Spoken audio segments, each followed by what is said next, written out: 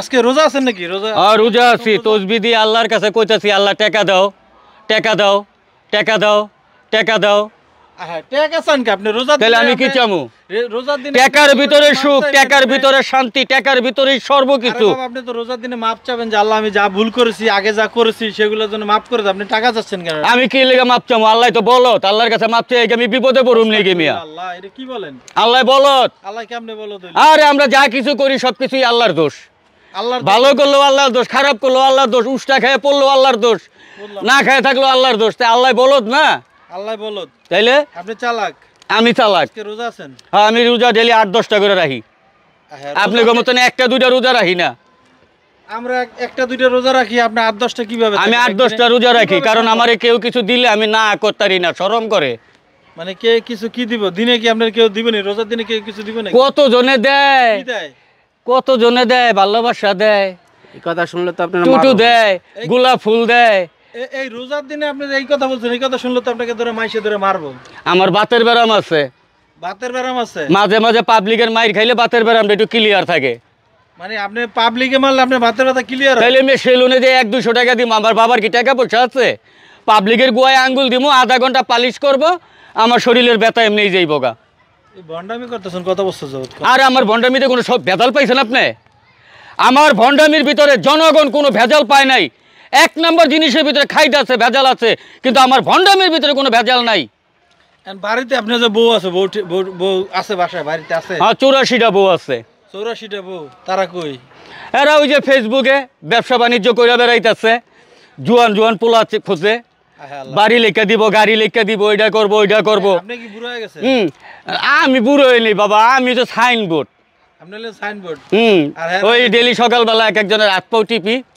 তা পুরুষদেরও তো দোষ আছে, পুরুষও তো বিভিন্ন মেয়েদের দেখলে পরকিয়া করে, বিভিন্ন রকম ভাবে করে, জায়গা অন্য মাইয়াকে দেখলে ভালো লাগে। এই মিয়া কথাবার্তা ভালো করে কয়েন।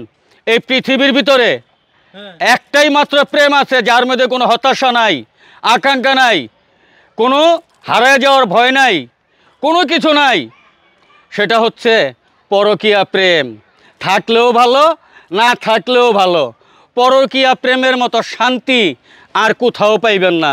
যেমন আমি হ্যাডাম বাবা 5 জামাইয়ের 1 বউ লইয়া সংসার করি, আপনারাও পারবেন, চেষ্টা করে যান। এইটা কেমন কথা হ্যাডাম বাবা? 5 জামাইয়ের 1 বউ কিভাবে সম্ভব?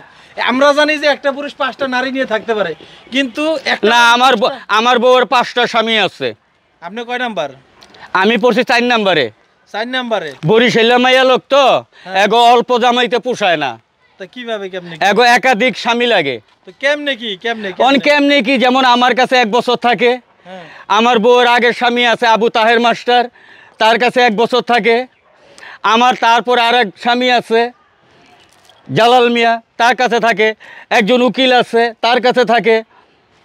5টা স্বামী নিয়ে আমার বউ দিব্যি সংসার করতেছে। আমার বউরে যা তা মনে করেন না। রাজনীতির মাঠে যদি আমার বউরে নামায় দিতাম, আজকে আমার বউ এমপি থাকতো। কি কর না কেন? তো এতে আপনাদের সমস্যা হয় না? এই যে পুরো মেয়ে মানুষই, একটা মেয়ে মানুষই ছেলে মানুষ যদি আরেকটা বিয়ে করে, তাহলে তো এমনি সতীনের হিংসা কেন? আর না, সতীত্ব নষ্ট হয় না। আমরা পুরুষ মানুষ যদি ঘরে বউ থুইয়া আরেক বেটার বউ লইয়া তুত্তর পুত্তর করতে পারি, তাহলে আমার বউ কেন আরেক বেটার লগে পুত্তর পাত্তর করবো না? আমার বউর কি মন নাই? আমার বউর কি প্রেম নাই? আপনি যাইবেন আরেক বেটার বউ লইয়া পুত্তর পুত্তর করতে, আমার বউ কি ঘরে ডাইল ভাত রানবো? ভালো হইয়া যান, ভালো হইয়া যান। বউরে সম্মান করেন, বউরে সালাম করেন, বউর হাত পাও টিপেন, বউর কাপু চুপু দিয়া দিবেন, সকালবেলা বাসি বেলাও ছায়া দিয়া দিবেন।